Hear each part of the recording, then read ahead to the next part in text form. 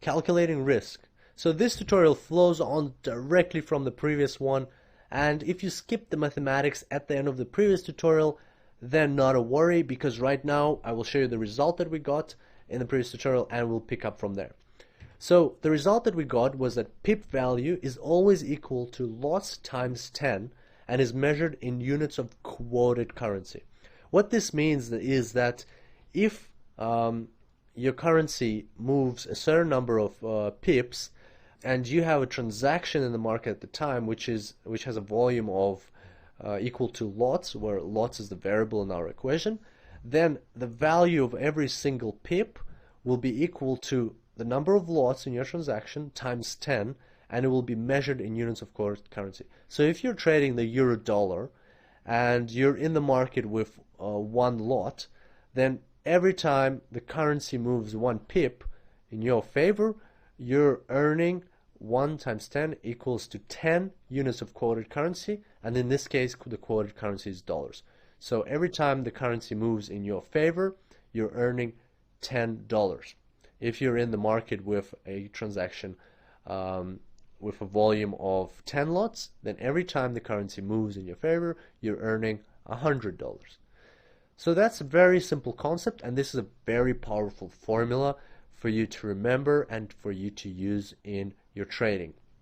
You can always very quickly look at the chart, look at the number of lots that a trader is currently in the market with, and you can very quickly say how much he's earning or losing at every single movement of the currency. And let's remember here, this is pip value, so not points but pips, and it's not going to change whether it's a 4-digit or 5-digit broker.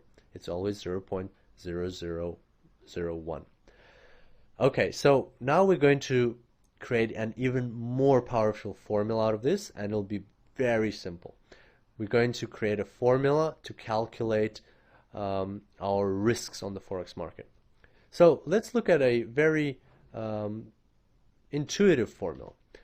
This red formula is very straightforward and easy to understand. So the risk, which is on the left, or the amount of money that we can lose in one transaction on the Forex market, is equal to the stop loss measured in pips. So for example, it's 50 pips that you have a stop loss, times the pip value, so the amount of money you lose per every pip. So for example, it's like in our previous case, $10 per pip. So if your stop loss is 50 pips and pip value is equal to $10 per pip, then you can potentially lose $500 on this transaction if your stop loss is triggered. And that means, in Forex, that means that your risk is equal to $500.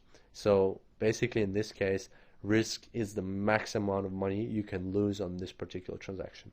And let's remember here that this is all still in the units of quoted currency. So that is a very simple formula that does not require derivation because it's just intuitive. Now, how about we put these two formulas together? We know that pip value is lots times 10, and we also know that risk is stop loss in pips times pip value. So let's take pip value from the first formula and plug it into the second one. Let's see what we get. We get risk is equal to stop loss in pips times lots times 10. That's quite interesting, isn't it? And now let's take it a step forward. Let's, from this formula, derive what our lots would equal to if we know risk and stop loss in pips. In that case, lots is equal to risk divided by the stop loss in pips times 10. And all of this is measured in, well, risk in this case is measured in units of quoted currency. So this is a formula that I'd like to stop our attention on, or draw our attention to, because this is a very, very important formula that we will be using throughout our live Forex trading in the further tutorials. What this formula tells us is if we know how much we can risk on a particular transaction, we know that we have a certain level of confidence in the market, in our signals, in our decision to buy or sell, and we know that in this particular transaction we're prepared to risk, say for instance, $50. And we also know where we want to set our stop loss. We know that based on our signals, our stop loss has to be set at this certain level.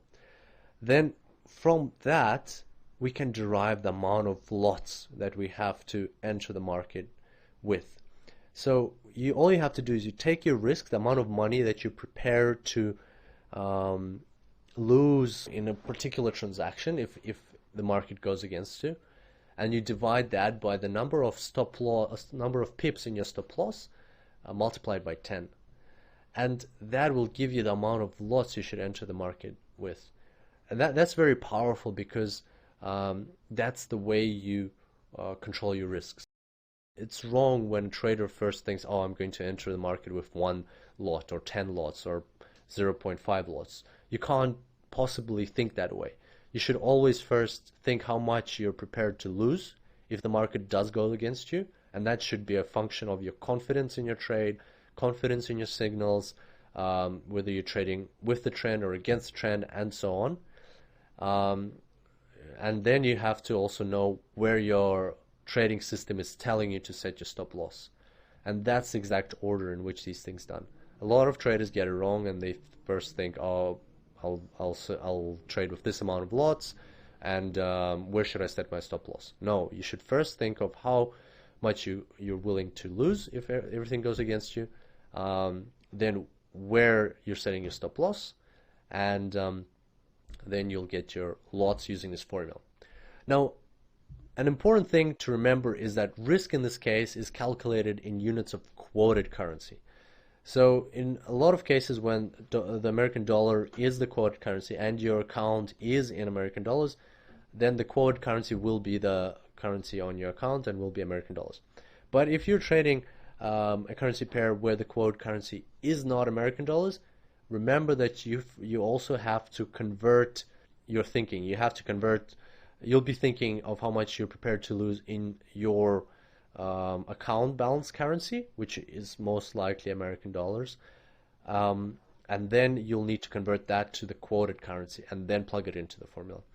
I do have to admit that sometimes I forget it myself, and further down in these tutorials you'll notice that when we're trading the Australian dollar, Canadian dollar, I did make that mistake and I didn't convert American dollars into Canadian dollars before plugging into the formula. So maybe you can pick up on that mistake and see what the proper calculation should have been. But it didn't make that much of a difference in that particular case because the Canadian dollar and American dollar are currently quite close in terms of price. However, do remember this for future, and when you use this formula, make sure risk is entered in units of the quoted currency. So that's it for today's tutorial. Next time we're going to plunge in straight into live trading on a real account. I hope you're super excited because I definitely am. And I look forward to seeing you then. Until next time, happy trading.